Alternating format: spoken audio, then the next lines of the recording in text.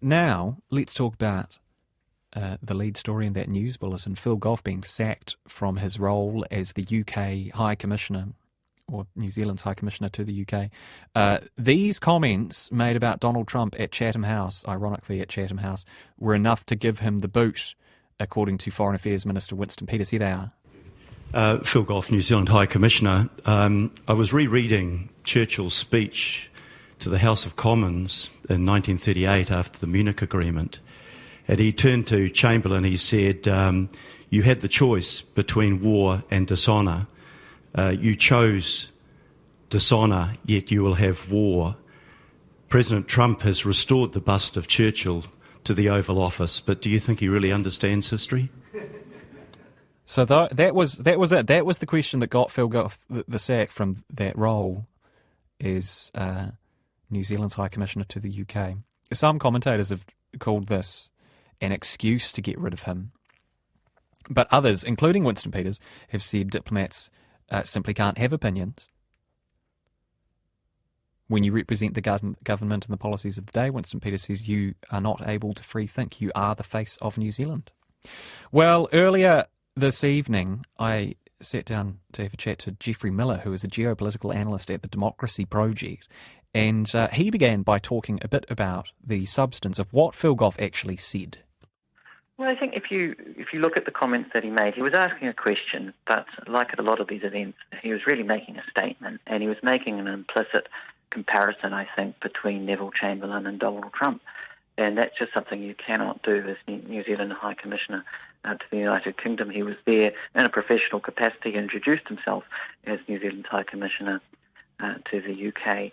He just can't do that, and that's why he clearly overstepped the mark, and Winston Peters has made the decision to dismiss him. I guess the question is always whether the punishment fits the crime, whether there was some other punishment that could have been applied, but there's not really that much leeway. There's not much that I think Winston Peters could have done here once he was made aware of the comments. Of course, the irony of this, I mean, there are many ironies to all of this, is that the comments now will get a much wider airing than they ever would have been would have done if they had just been part of this event, because really not that many people probably would have heard them.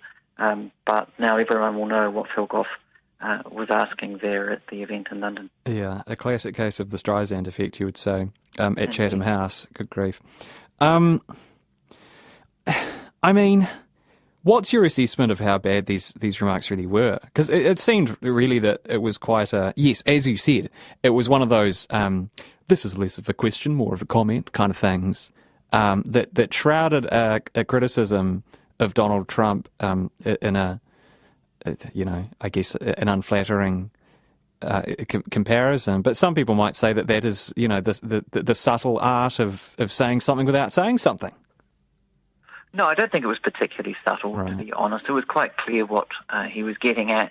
And, in a personal setting, that might be okay. But Phil Goff is or was New Zealand's High Commissioner, and he's representing the views of the New Zealand government. You cannot go about making these pronouncements as if he were at a dinner party somewhere back in Auckland. It's just not done. And while you may think that Phil Goff is paying a high price for these comments, he should have also known better. Remember, Phil Goff served as New Zealand's Foreign Minister, he was New Zealand's Trade Minister, New Zealand's Defence Minister for a long, long period. He did know the rules, and he bent them, and he just bent them too far on this occasion, and he is paying the price. He's leaving the job early, effectively. Yeah, I mean, that's a comment that I've seen from some quarters, is that this was a move of surprising recklessness for a politician and diplomat of his experience. Indeed, I think perhaps it's a measure of the times that we're in. There's so much is happening, and Phil Goff really felt energised and wanted to speak out, and perhaps he thought that he was couching his remarks in a way that would get him off the hook or wouldn't see him get in trouble, but he did go too far on this occasion, in my view. Perhaps he thought that the erosion of the rules-based order had also extended to the rules dictating polite society when diplomats are talking to each other.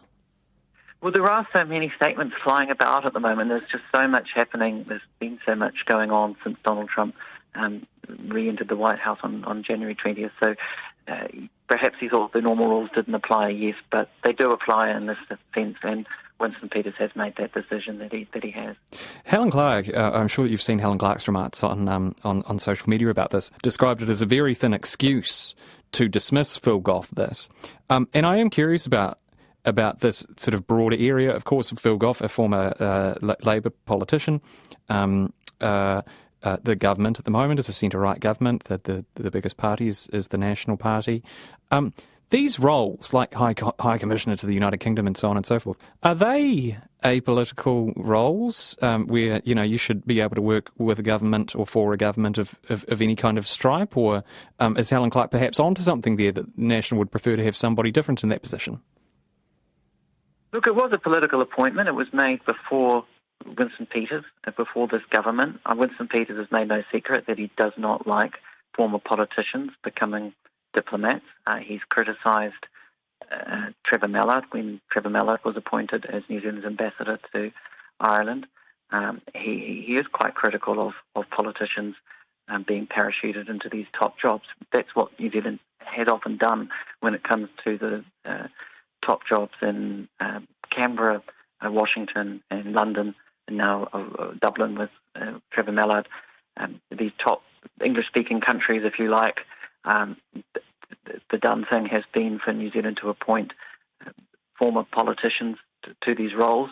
There is some logic to that. I mean, they bring their profile. If you think of Phil Goff, a former Labour politician and New Zealand Labour minister, good friends with Helen Clark, and when you've got now a Labour government in the United Kingdom, it could open doors perhaps that would otherwise be closed to a New Zealand High Commissioner. But it does come with risks as well, because you are seen as partisan, perhaps to an extent. And certainly when it comes to Winston Peters, I don't think there's any love lost probably between him and Phil Goff. And you could say the same about Trevor Mallard, who will probably be watching his words very carefully from now on, having seen this dismissal of Goff. And perhaps that's another reason for Winston Peters to act so harshly when it comes to the dismissal of Goff, because it's a sign to other diplomats all around the world who are acting on New Zealand's behalf that loose lips won't be tolerated, and that they must represent New Zealand's official position, because otherwise it could pose a risk for New Zealand. New Zealand's got to navigate these very difficult waters with Donald Trump and everything that's happening with regards to Ukraine, with regards to the Indo-Pacific. There is an element of risk here, and we do know that Donald Trump is very, very sensitive, and he will be looking for reasons to punish good friends. He doesn't need a reason even perhaps to do that. So you don't want to provide perhaps any grounds for New Zealand to get clobbered any more than there are already. Well, yeah. I mean, that's an interesting part of this, isn't it? It's probably a useless thought experiment, but I wonder whether the reaction of Winston Peters would have been the same had those remarks been directed at a different world leader. It doesn't really matter either way, though, I guess, because the US is in this position at the moment. They are unpredictable, and our relationship with them is not set in concrete. No, and Winston Peters wants to bring New Zealand closer towards the United States. He's very much set on forging a closer relationship between New Zealand and the United States. He wants to continue that under Donald Trump. He was already made great progress on that strategy under Joe Biden.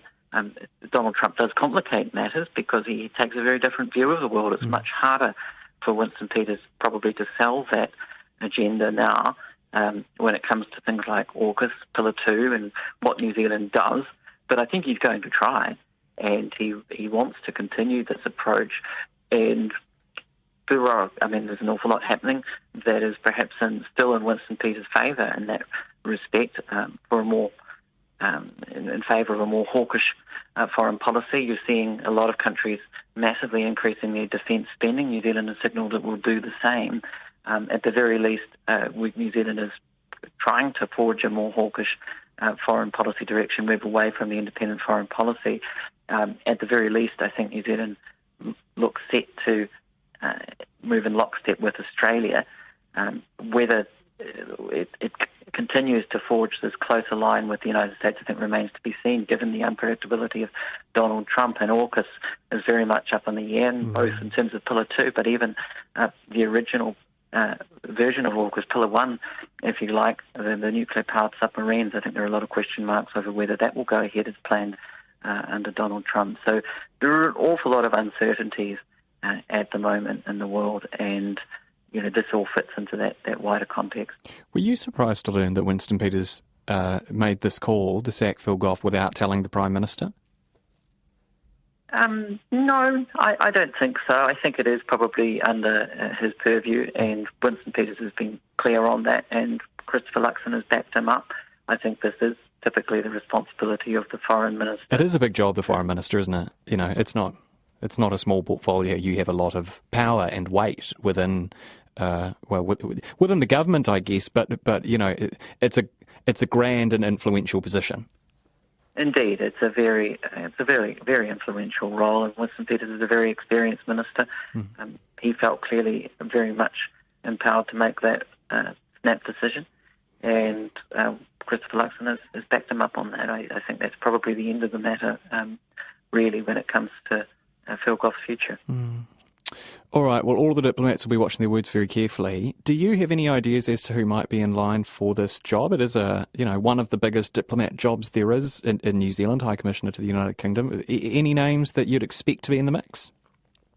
Look, I don't have a specific name, but I think one thing that seems likely is that it will be far more likely to be a career diplomat, not a political appointment, just based on Winston Peters' views on that matter. And he's appointed Rosemary Banks, for example, to as New Zealand's ambassador to the United States, as a top diplomat. And I think we'll expect someone of her calibre for the role in the United Kingdom. I think it would be very surprising if the next New Zealand High Commissioner to the UK were a former politician. It's just not Winston Peters' style.